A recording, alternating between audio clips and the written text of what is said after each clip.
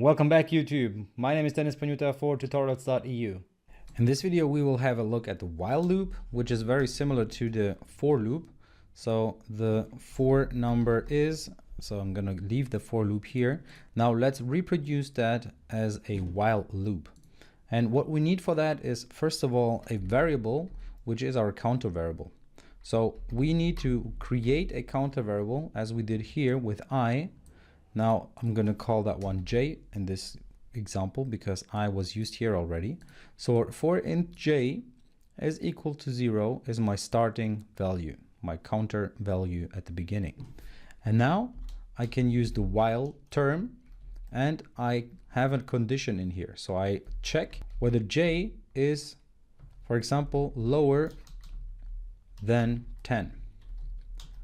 If that's the case, please go ahead and run the debug log. And here we just say the while num is, hey, don't forget to subscribe and like the video. j. Now there is one very important aspect to this here. As you could see here with the for loop, there were three important parts. First of all, we initialized our counter variable. Then we compared our counter variable, and then we increased our counter variable so that at one point this condition here is not met anymore, because otherwise we will get an infinite loop, and that's something that you never should have. You should never have an infinite loop. It's really important. And in this case, as the loop is currently set up, this would cause an endless loop.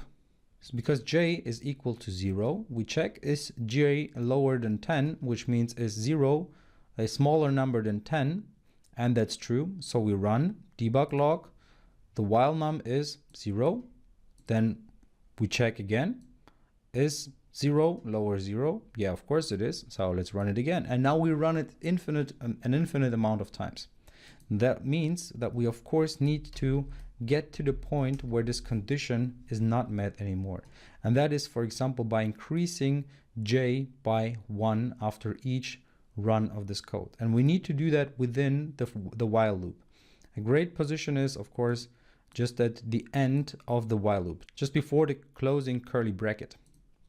So that's what this while loop will do now. It will check is j lower than 10, then it will give us the while number, and then it will increment j, so that in the next run j is 1, it checks again, then it's 2, 3, 4, and so forth until it's 10, and then this condition is not met anymore, and it goes to the next loop. So it goes to our for loop. So let's debug here as well. Debug.log while loop done. All right, so let's try that. Save it and let's run the code. And we see here the while loop num is, or while num is 0, and then we have this while loop done statement, and then we start again with our for loop. All right, so this loop type, so the while loop type, is a pre-test loop, which means that it tests the condition just before it executes it. And that is different to the do while loop, which we will have a look at in the next video. I hope you enjoyed this video. If you did, then please leave a like. And if you have any questions or suggestions, then leave a comment. And of course, don't forget to subscribe. And by the way, if you really love the content and you would like to have more of it, or pretty much all of it, then of course, check out the link in the description to my whole course. See you in the next video.